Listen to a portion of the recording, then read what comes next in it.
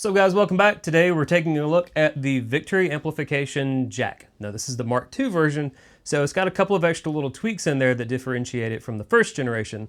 So before we get any further, big shout out to the guys at Zzounds for sending me this amp to try out here in the studio, to take it on stage and see how it performs with the band, and to bring it back here and have an honest discussion with you guys about what I think about it after putting it through its paces. So we're going to go ahead and get started here using the Tokai with the Brian Kinaheck Sheptone pickups, going into the Golden Boy, which we will try out here in a little bit, then into the jack, then to the aux box behind me, into the interface. So that's the signal path. The jack is a 3-channel amp, much like the Kraken that I also demoed on the channel, and unlike the Kraken, the jack is a little bit more straightforward with its controls and the features on the amp. It's got a clean gain, overdrive gain, bass middle treble, and then a master for each of your 2 channels. The clean and the crunch channel share a gain and a volume knob. That's the biggest differentiator between this amp and the Kraken in terms of the kind of the crunch channel, clean channel relationship. There's not a specific volume knob on here for the clean channel the way that the Kraken has. So there's a little bit of a trade-off there, and we'll kind of get into that later. There is, however, a switch on the back to toggle between the original Mark I voicing and this updated Mark II voicing. The Mark II is a little bit brighter and a little bit tighter. The Mark I voicing is a little bit darker and a little bit more compressed, and we'll show you guys that. So, all right, let's go ahead and get started here. I've got it on the clean channel, and it's dialed in kind of how I prefer to have it set up live. It's bright, big. It's got a lot of clarity and just a little bit of bite to it.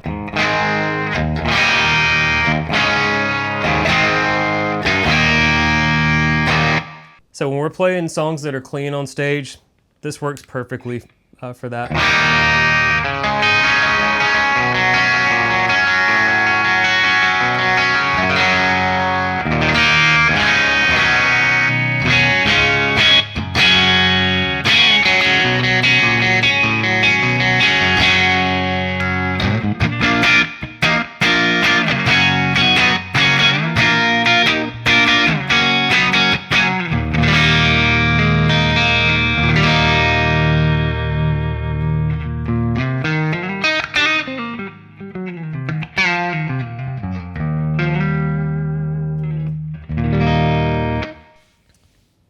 Back it down a little bit to clean it up a little bit more. Lost a little output there, so we'll adjust that.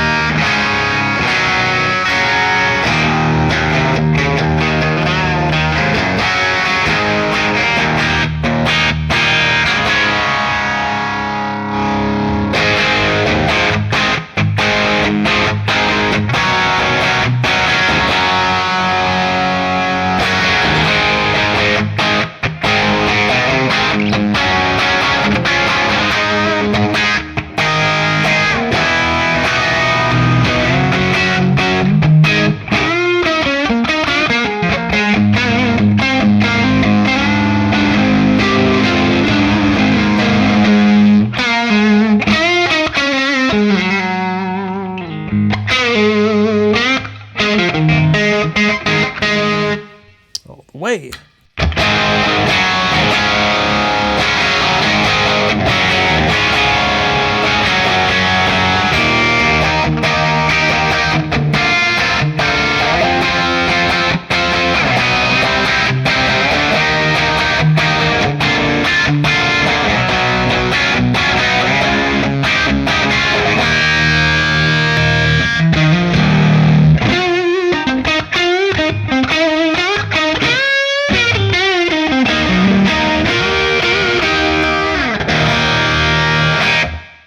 Let's talk about the relationship between the clean channel and the crunch channel.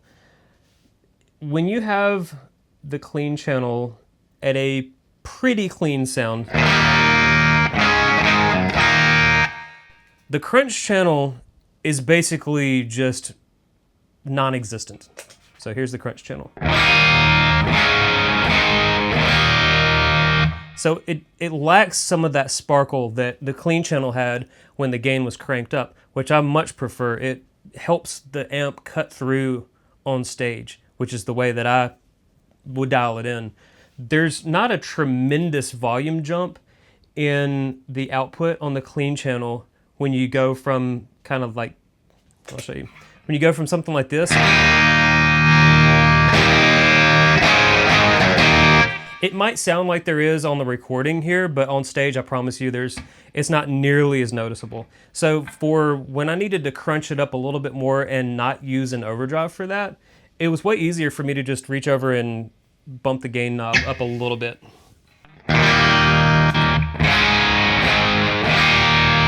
It's just a little too flat, in my opinion, compared to cranking the clean channel up. So let's hear this clean channel, squeaky clean, but with an overdrive. Squeaky clean-ish. Okay, the Golden Boy boost is on. It's on the blue mode, the dark blue mode, not the light blue mode.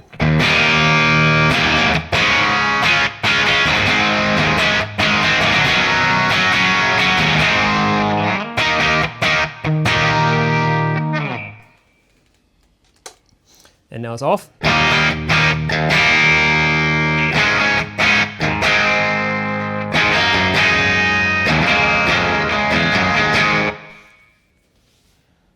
But if you bump it up to where I preferred to use it,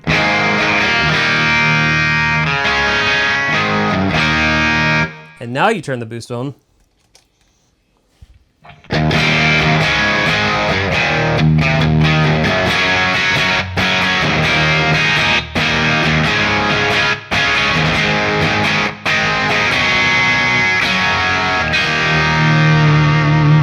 it's just got a little bit more body to it than what it had a second ago when the gain knob on the amp was a little bit lower and then it was boosted. So that's kind of how the dynamics play in between the clean channel and the crunch channel. Now, the alternative to this is running the crunch channel at a moderate crunch level, ignoring the clean channel completely, and then using a boost to supplement your crunch channel. So let's hear that. All right, so now crunch channel, gain is at noon. And this is what it sounds like with no boost.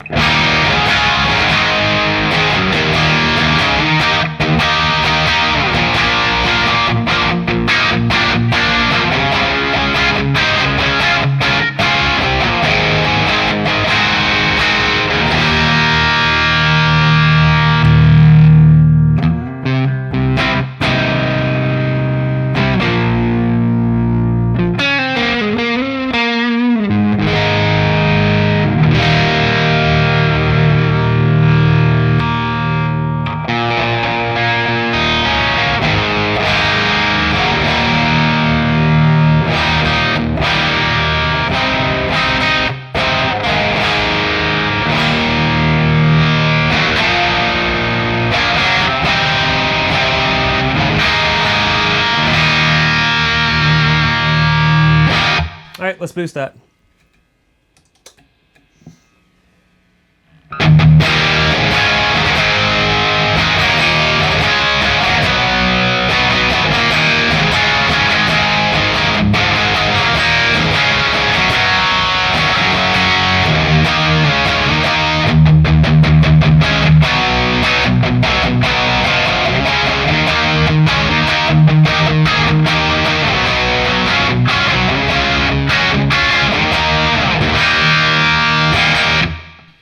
All right, let's kick over to the overdrive channel.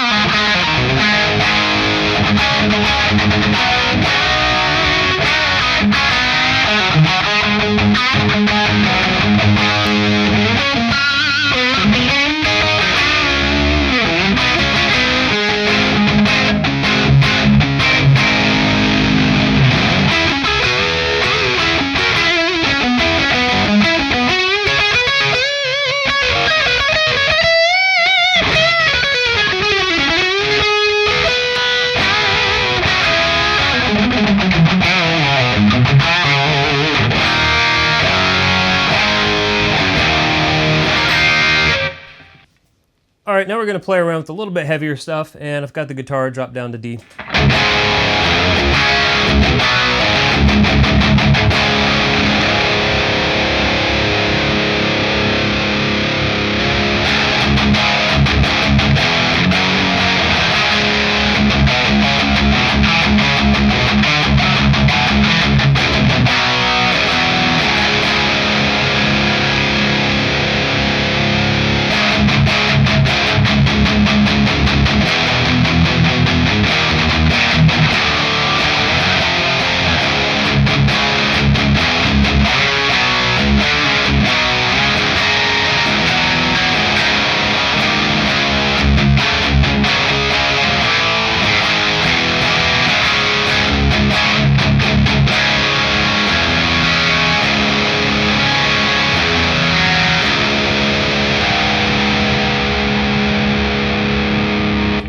All right, drop the gain down a little bit here, and I'm gonna hit it with a boost.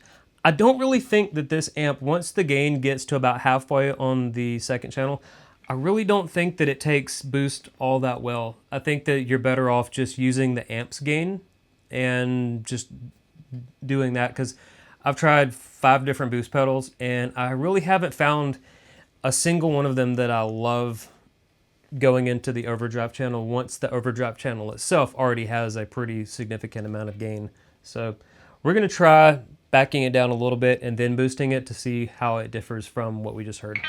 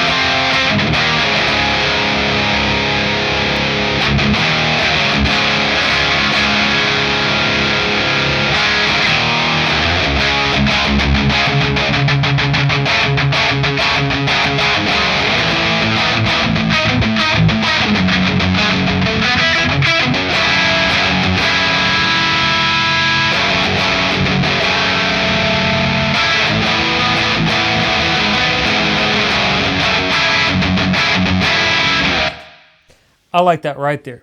Right there. And playing with the mid-range, if that's the kind of sound that you're going for, like that tighter, cleaner high gain sound, keeping the bass in the mids and the kind of behind halfway, and keeping the overdrive gain at most noon. Because once it crosses that noon threshold, it's like something happened to the structure where it thickened up in a way that didn't really complement that type of playing that I was doing. So just an observation there. Let's hear how the Mark I mode sounds on this amp. Okay, so again, just for reference, this is Mark II mode.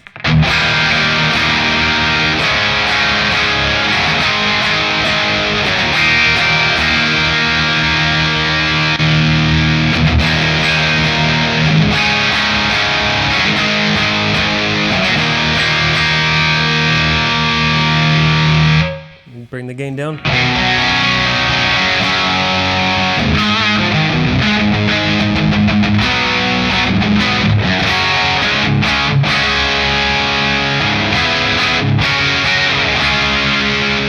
Mark I mode. Excuse me, Mark II mode.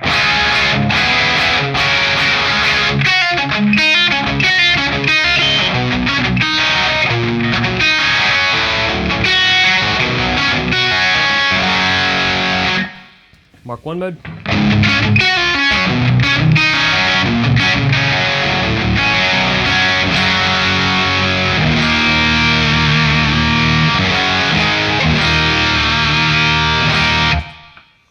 So it darkens it in a way that I don't particularly love, but I think that it's still usable if you're using something like an EQ in the loop and you want to brighten it up just a little bit, because on the other hand, with that extra darkness, without a other way to put it, it does have a much bigger and more powerful and broad low end and lower mid range that can be desirable. So if you do want that low end, then you can compensate on the high end with an EQ pedal or something like that. Conversely, if you go back to Mark II mode, we can beef up the low end with the bass knob.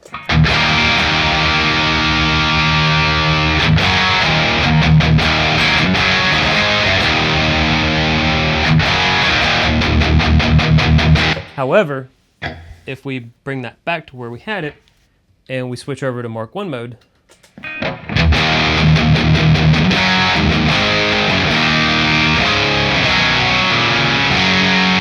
you can hear that there's still way more of just like this just bigger sound that the bass knob alone can't compensate for in Mark II mode.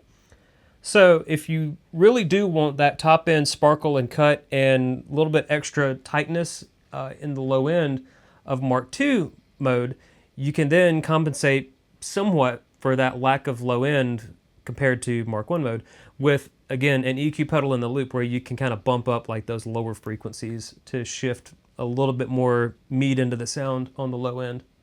One other thing to note is that mode is switchable with a second foot switch. So you have your main foot switch, which is the typical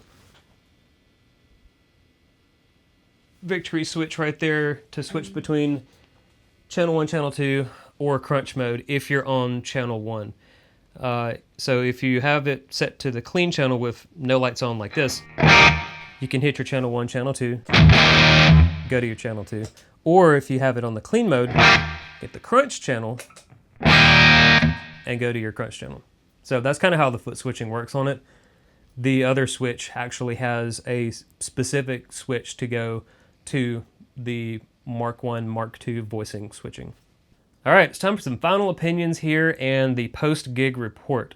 So again, played awesome on stage. It's a rock and roll amp, and when you take the collaborative efforts of the designer Martin Kidd with one of the greatest guitar players ever, Guthrie Govan, and you put their two brains together, you get this, and it's a winning combination. I love Guthrie's playing, and for his style, this amp is it's a perfect amp. But it also gets way heavier in terms of the gain than I thought it would. And if you're wondering what this amp sounds like directly compared to the Kraken, I got you.